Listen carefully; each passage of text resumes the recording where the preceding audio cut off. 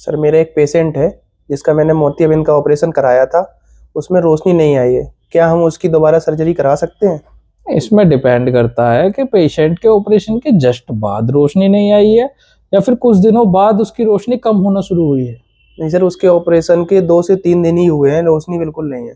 हाँ, तो फिर इसमें 3 मुख्य कारण बन सकते हैं, जिसमें सबसे पहला कारण आता है कि पेशेंट को जो लेंस डाला गया है वो गलत पावर का डाला हो, यानी कि एक इंस्ट्रूमेंटल एरर हो सकता है। दूसरा मुख्य कारण आता है कि उसके पर्दे में कुछ खराबी हो, पर्दे के अंदर कुछ दिक्कत है तो फिर पर्दे की जांच करी जाएगी। और तीसरा मुख्य कारण निकल के आता है कि सर्जन ने उसे अफेकिक छोड़ दिया हो, यानी कि उसकी आंख में लेंस ही नहीं डाला। इसकी क्या वजह हो सकती है सर कि सर्जन लेंस ही ना डालना पड़े? पोस्टीरियर कैप्सुलर बैग होता है जिसके ऊपर लेंस टिकाया जाता है, वो लेंस अगर वो लेंस उसके ऊपर नहीं टिक पा रहा है या वो लूज दिख रहा है, या तो बैग निकाल देता है सर्जन या तो लेंस ही नहीं डालते हैं। फिर उन केसेस में हम SFIOLs का और ACIOLs का इस्तेमाल करते हैं।